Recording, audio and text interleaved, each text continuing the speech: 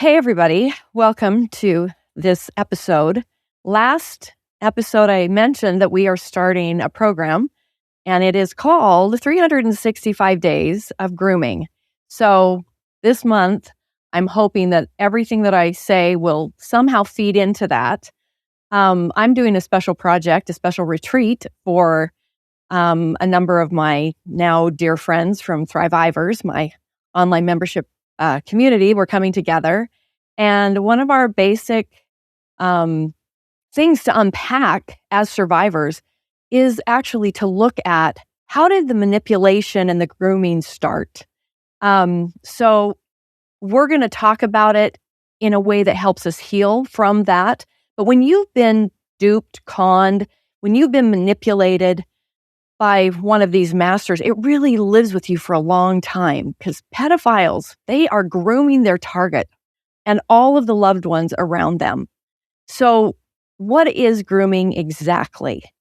Grooming is when someone builds a relationship of trust in order to basically make things connected in a way that will allow them to take advantage eventually. So, there's this emotional connection with a young child, a young person, and then they will eventually manipulate, exploit, and abuse them.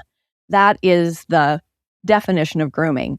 So when you think about a master manipulator who is going to sexually abuse a child, they first of all have to gain that trust.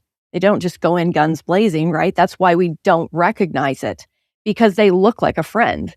They look like somebody that you can trust. You have no idea that they're going to exploit you or traffic you or use you for their own reasons. So, I'm so passionate about sharing these stories of grooming, and I hope that some of you listening will share your stories, because if you can see the pattern, if you could notice these subtle signs and become more aware, then maybe we really can prevent child sexual abuse from happening before it even starts. And that would be the greatest success I could think of, is if the planet were a safer place when I happen to leave it, because of our efforts.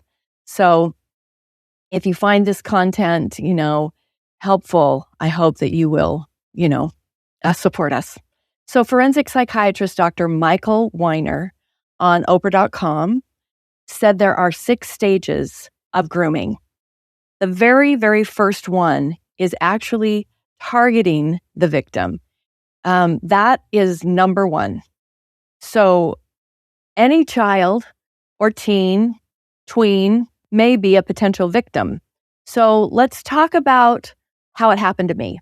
What B did to me were things like building definitely a relationship of trust, but they looked like they were innocent things, like working at his furniture store. But the thing that I find interesting about all of that is that when he targeted me, the thing that stands out, which is what I want to focus on this very first piece of the stages of grooming, and then I'm going to mention the other 5 stages, but we will focus on this one. He actually came to church with his wife and his 5 kids and saw me singing a little song in church. I was 9.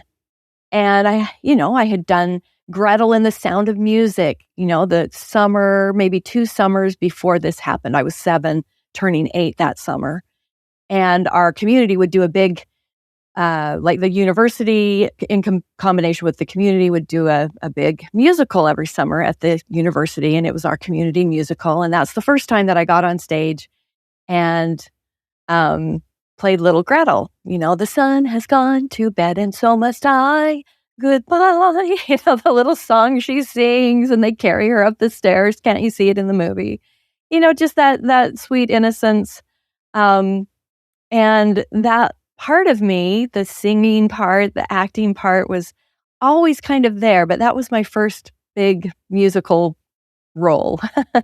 And so when he came to our church and saw me up there singing a little, song that you would learn in primary, where all the little kids go and learn songs about, all kinds of, be honest and kind and all of those innocent things you try to teach a child. I look back on that and think that's when he targeted me, and how innocent it was, because we were all at church in a place where you go inside and you immediately believe that you are in a place that you can trust the people around you. So when you meet someone in a place of trust, it's that much easier for them to do this first part, targeting their victim and then starting to build that relationship of trust, which is actually exactly what grooming is. It is building a relationship of trust. So I look back on that and the innocence of that time, and I wonder, what could have my parents or people around me have done to maybe have been more aware, to have seen this happening? Because first of all, you meet somebody in a place of trust and you're like, okay, why wouldn't we trust this man? He has 5 children. He's married. He's obviously a member of our church. He then gets what we call a calling in the church, where he teaches Sunday school. That was one of the first things. And then his calling, or his church, service, escalated to where he was part of what's called the High Council. So in every region of, the country or your community, there's what we're in is called a ward. And you have your ward, and then beyond that, you have a stake. And this is important because as a person gets a bigger calling, and now the stake has many wards, like 4 or 5 wards make up a stake. And of course, in Pocatello, Idaho, there were tons of, members of the Church of Jesus Christ of Latter-day Saints. I mean, we were surrounded by friends and family that went to the same ward or were in our stake, if not our ward. So as he escalated this game of trust and building trust, he started to work in the stake in this high council, and they would kind of shepherd and take care of, all of the wards in their stake. And when you're a high councilman, as he was called, you are a person who is going to other wards and speaking during their, main meeting, what we call sacrament meeting. And so, this person is now preaching from the pulpit, giving a talk, not only in our ward, but in other wards in our stake. It's a really big calling of responsibility. And so the trust only built over time. So I just look back on that moment where I know he targeted me, and then the slow burn of this pedophile, this psychopath, really sociopathic, criminal pedophile. And he didn't have to go fast, because he had another girl who was about 4 years older than me. She would have been 12, 13, who I know now he had already been messing around with. I don't know to what extent, but I know the story to a small degree, because then later in this whole,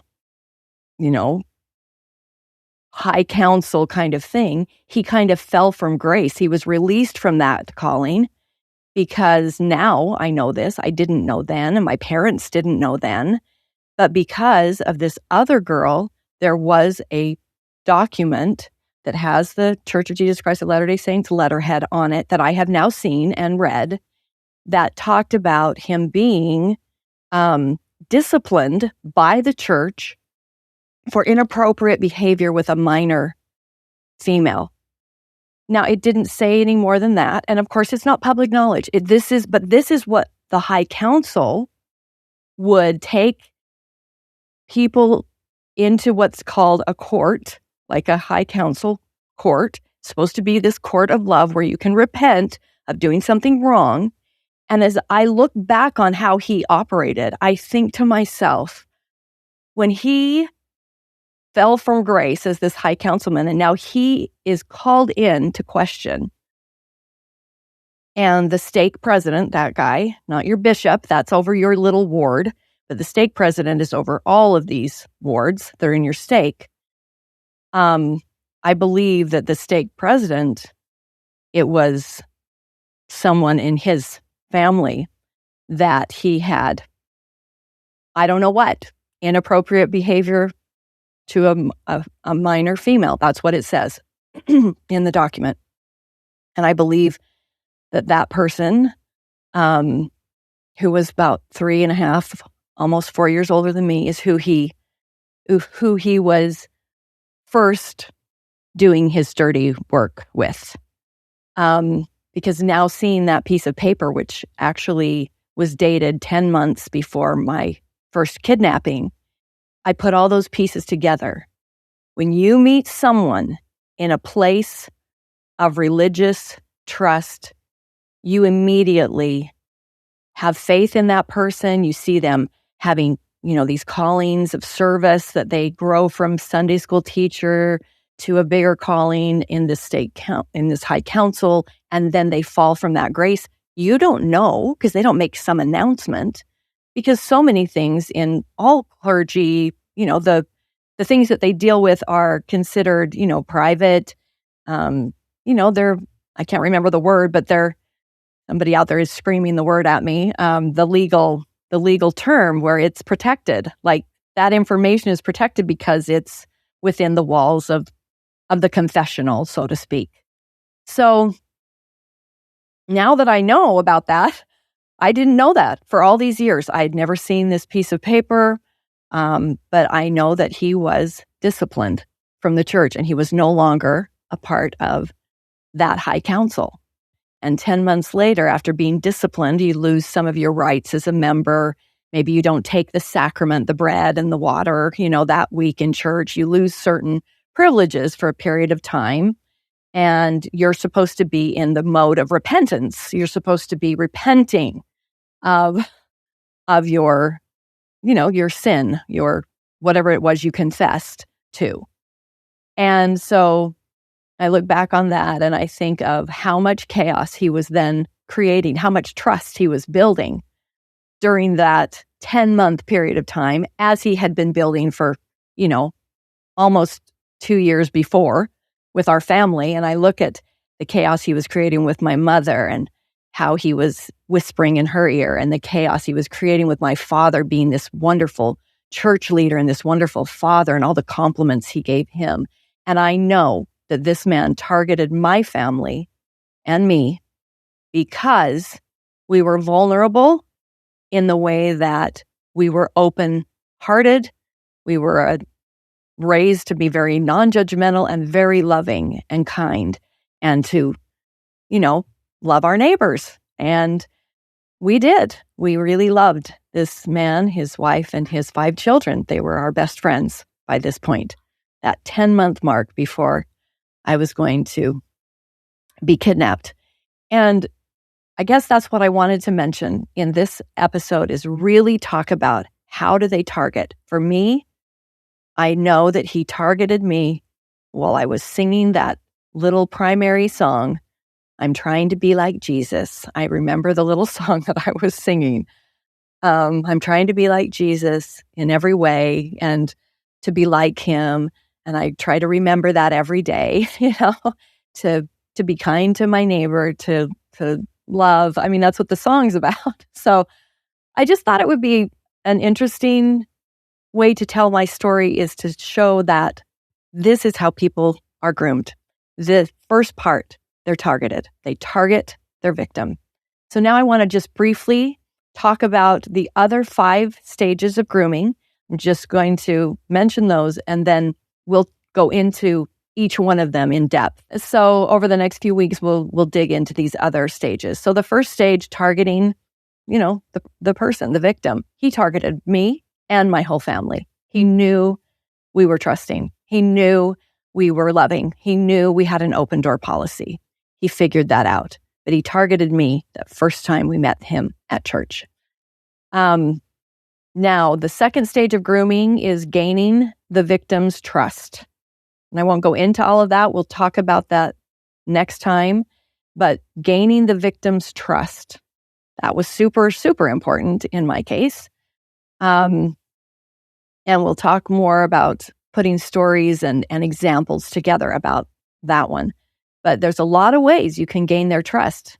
When you think about what things does that child like, or what things do their parents like, and how do I actually do that in a way that makes it very, obvious that the trust is gained. Okay, then the next one, let's see, is the third stage of grooming is filling a need, like playing a role in the child's life. So you fill that need, and they will love you and they will trust you. So that's the third stage of grooming. The fourth stage is isolating the child. There are many examples that we can talk about in how he isolated me and other members of my family, which was very important in his long game. And then the fifth stage of grooming is initiating sexual contact. So now that all of this trust is established and all these needs are being met, then the perpetrator will initiate some kind of physical contact, and then it will escalate to sexual contact. And then the last stage of grooming, which I think is really interesting to talk about, is maintaining control. How do they maintain control so that they continue in their sexual assault and abuse, and also maintain control with all the people around the child? So this is the first stage of grooming that we've talked about today, and I hope that it's helpful. I hope that people will jump in and start to really open their eyes and see what is very hard to see. Just remember, they target you when you're almost always in some sort of place of trust. Recognizing the signs of grooming is such an important piece in preventing and hopefully bringing awareness to childhood sexual abuse. I just can't overstate it enough. Parents, neighbors, church leaders, teachers, anyone out there who is in the lives of children, you can make a difference in one or even many children's lives if you will notice and trust your gut. If something feels off, it probably is. So if you are concerned at all, please speak up. If something does not seem right, please speak up. Together we can end childhood sexual abuse if we know what to look for. Everyone here at the Jan Broberg Show and at our foundation, we believe people. We hear and support all survivors. So if you would like to share your story of grooming or manipulation, please contact my team at jan@janbroberg.org. And your story will remain anonymous and will be shared as part of our 365 days of grooming and manipulation. Thank you so much for listening.